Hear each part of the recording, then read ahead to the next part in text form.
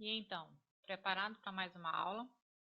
Hoje nós vamos dar continuidade ao tema da química orgânica, mas vamos falar de um assunto mais específico relacionado a esse tema, que é o estudo do átomo de carbono.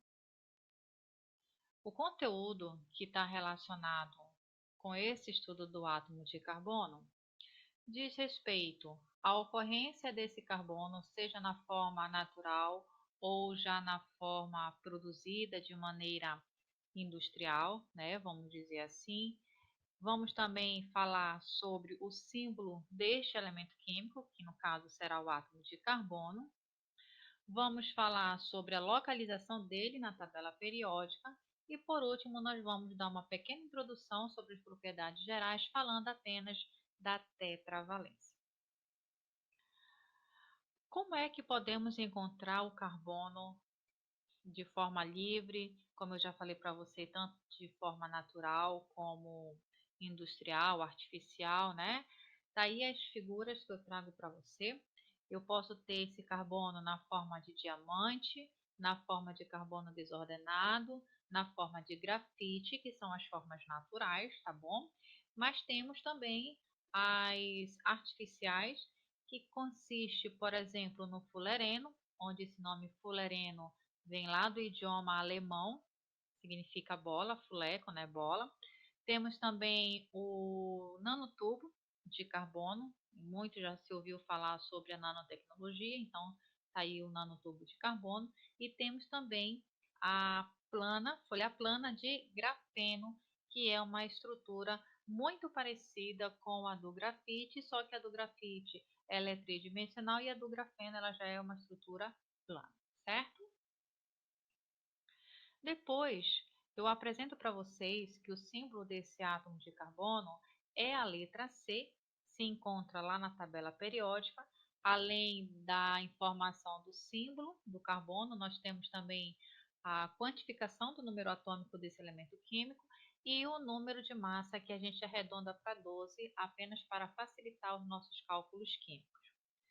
O que eu quero que você preste atenção nesse tópico aqui? Primeiro, não esquecer mais que o átomo de carbono é representado pela letra C. E quando a gente pega o número atômico dele, que é 6, e realiza a distribuição eletrônica como eu apresento aqui para vocês, olha, 1s2, 2s2 e 2p2, a gente percebe que a última camada dessa distribuição eletrônica ela não está completa, porque o carbono apresenta 4 elétrons apenas na última camada. E a gente lembra lá de uma regra chamada regra do octeto, que diz que para um átomo ser estável, ele precisa ter quantos elétrons? Muito bem, isso mesmo, tá? 8 elétrons na camada de valência. Então aqui ele tem apenas 4. Para ele se estabilizar, ele precisa o quê? De 4 outros elétrons para se tornar estável, tá bom? E aí eu trago essa imagem para você, onde aqui no núcleo eu estou colocando o símbolo desse carbono e destaco para você nessa imagem apenas os elétrons, que são os elétrons de valência que estão disponíveis para fazer as ligações que esse carbono irá realizar. Por que eu falo isso, gente? Porque esse número 4, a partir de agora, ele vai estar sempre bem presente em qualquer momento que você for estudar ou analisar um composto que tem o átomo de carbono dentro da química orgânica. Começando com isso, a localização na tabela periódica, tá? Quando a gente faz a distribuição eletrônica, a gente percebe que a última camada, qual é? É 2s2 e 2p2. Isso aqui já dá para mim a localização desse elemento dentro da tabela periódica, porque o número 2 aqui na frente, ele significa o que é a camada, né? O nível de energia. E esse nível de energia vai representar para mim na tabela periódica, deixa eu apresentar aqui a tabela periódica, está ali o átomo de carbono piscando em vermelho, e esse 2 da camada L vai representar para mim o quê? O segundo período aqui da tabela periódica, né? Olha, primeiro, segundo período, tá? Então, eu tenho a segunda camada na minha distribuição eletrônica, também ela aqui, ó, tá? Que vai representar o segundo período da tabela periódica. E os expoentes que somam e correspondem aos números de elétron vão indicar para mim a família ou grupo que esse elemento químico carbono pertence na tabela periódica.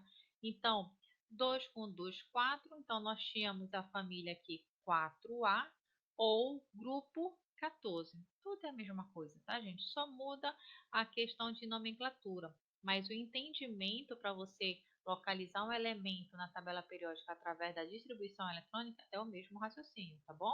Segundo período e família 4A ou grupo 14 é a localização do seu átomo de carbono, certo? Prosseguindo, vamos dar início às nossas propriedades gerais desse átomo de carbono. Trago essa representação aqui para você. Por que este carbono? Porque esse carbono ele vai apresentar exatamente os 4 elétrons que estão disponíveis para ser realizado a ligação ou de um carbono com um carbono ou de um carbono com os elementos organógenos. Lembram deles? A gente vai falar daqui a pouquinho, tá? Mas preste atenção aqui, criança. Tetravalência. Tetra te lembra o quê? 4, né? Lembra lá do Galvão na Copa de 94, se eu não me engano, ele gritando, né? É tetra, é tetra. Então, 4. Valência, última camada, que estão disponíveis para fazer ligação, certo? Essas ligações, elas vão receber uma classificação.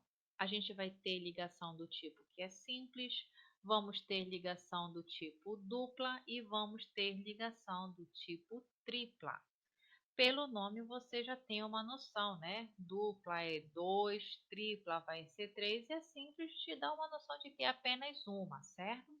Como é que ela vem organizada? Como é que ela vem estruturada isso ao lado do meu carbono que apresenta esses 4 elétrons aqui disponíveis? Ó, presta bem atenção. A ligação simples, ela vai vir nesse formato aí. Toda vez que ao redor do meu átomo, seja carbono ou qualquer um outro, tiver um tracinho, esse um tracinho significa que eu tenho uma ligação simples. E um ponto importante, tá, gente? Todas as ligações que acontecem nos compostos orgânicos são ligações covalentes. Então, a ligação simples é covalente, a ligação dupla também é covalente e a ligação tripla também é covalente, tá? Então, quem vai ser a ligação simples? Vai ser aquela ligação que vai estar representada apenas por um traço. A ligação dupla, você já manjou a paradinha aqui e vai perceber que a ligação dupla é quando tiver 2 tracinhos ao mesmo tempo. E a ligação tripla, o que é? Exatamente, 3 tracinhos ao mesmo tempo, seja entre os átomos de carbono e seja ele ligado com qualquer outro elemento químico, tá?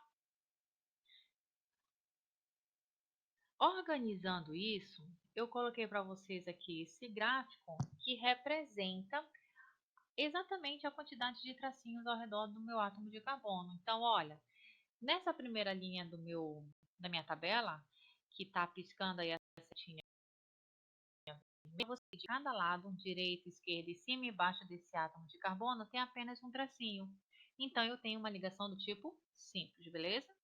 Quando aparecem 2 tracinhos ao mesmo tempo, do mesmo lado do meu átomo de carbono, eu tenho uma ligação chamada de ligação dupla.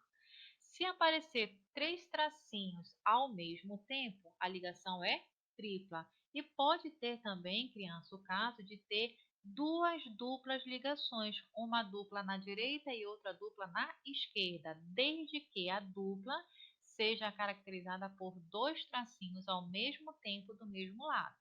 Observa um detalhe aqui, ó. Apesar disso aqui ser classificado como ligação dupla, eu tenho uma ligação simples aqui e outra aqui em cima, certo? Na ligação tripla, a mesma coisa, ó. Aparece a tripla aqui, mas aparece uma simples. Por quê? Porque o carbono ele tem que completar as 4 ligações características lá da tetravalência. Então, se eu for somar, por exemplo, aqui, olha, 3 com mais 1 vai dar 4. 2 com mais 2 dá quanto? Dá 4. Tranquilo? Deu para entender, né? Dando prosseguimento, essas ligações que são chamadas de ligações simples, dupla e tripla, elas podem ser classificadas também em relação às forças dessas ligações. E em relação a essas forças, nós vamos ter 2 tipos de ligações. Uma chamada de ligação sigma. Essa ligação sigma, Ela é uma ligação forte que ocorre primeiro, tá? E sempre vai ser de maneira frontal, ou seja, um átomo vai se encontrar com outro átomo de frente. Os orbitais vão se encontrar frontal. E essa frontalidade permite que a ligação seja forte e vai também permitir que a minha molécula sofre uma rotação. Qual vai ser o símbolo que eu vou representar essa ligação sigma? A letra sigma, mesmo lá do alfabeto grego. E aí eu trago uma ilustração para você ter uma ideia de como ocorre, né, essa formação frontal. A outra ligação é a chamada ligação π. É uma ligação mais fraca quando comparada com a ligação sigma, porque ela ocorre de maneira paralela. Se ela é fraca, ela não permite a rotação da minha molécula, porque ela vai quebrar. E quando ocorre uma reação química, ela sempre vai ser a primeira a se romper, porque ela é uma ligação fraca. Qual é o símbolo dessa ligação π? É a letra π, lá do alfabeto grego. E aí eu trago para você uma ilustração para ter uma ideia de como ocorre essa formação, né, da ligação paralela, tá certo? Organizando todas essas ideias que eu acabei de falar para você, olha aí meu átomo de carbono com todas as ligações do tipo simples. E você já começa a perceber, bebê, que toda ligação simples, ela também vai ser ligação do tipo sigma, porque é a única ligação que ocorre naquele lado, então ela é a primeira e única a se formar. Então ali toda vez que você tem ligação do tipo simples, você também vai ter ligação do tipo sigma. Dá uma pausa no vídeo, vai lá pegar teu caderno, tua apostila, que tem um quadradinho lá para você completar essas informações e depois retorne aqui para o nosso vídeo, tá? Mas não esqueça que ligação simples é ligação sigma, tá bom? Mas vai aparecer a dupla e a tripla em qualquer composto orgânico que você está estudando. O que eu quero que você entenda aqui, minha criança, é o seguinte, que quando você tiver uma ligação dupla, sempre uma vai ser sigma e a outra vai ser pi. Eu já sei que a primeira a se formar é a sigma e a segunda a se formar vai ser a pi. Aqui eu coloquei a sigma em cima e a pi embaixo, mas poderia ser inverso, tá? A ordem do fator não altera o resultado. O que é importante você saber é que numa dupla, a ligação de primeira, ou a de cima, ou a de baixo, que vai se formar vai ser uma sigma e a outra vai ser pi. Deu para entender? Vamos lá de novo. Eu tenho uma dupla ligação. Um dos tracinhos dessa dupla ligação tem que ser a ligação sigma. O outro só pode ser ligação do tipo π. Tranquilo? Passando agora para a ligação tripla. Aqui você já não pode mais do tibiar, tá? Preste bem atenção que agora você tem três tracinhos para classificar. Quando eu tenho esses três tracinhos, sempre a do meio, minha criança, sempre a ligação do meio vai ser uma ligação do tipo sigma. Em compensação, o tracinho de cima e o tracinho de baixo vão ser ligações do tipo π. Isso não muda, tá? A do meio, que é a primeira formada, sempre vai ser sigma, e os dois tracinhos, tanto de cima quanto de baixo, vai ser ligação do tipo π. Observa aqui que, apesar de eu ter feito todas essas classificações com vocês, aqui na tripla ligação eu tenho essa classificação que a gente acabou de ver, a do meio sigma, de cima e de baixo π, mas eu tenho um tracinho. Se eu tenho um tracinho, é ligação do tipo simples. Toda ligação simples, ela é sigma. A mesma coisa aqui, ó.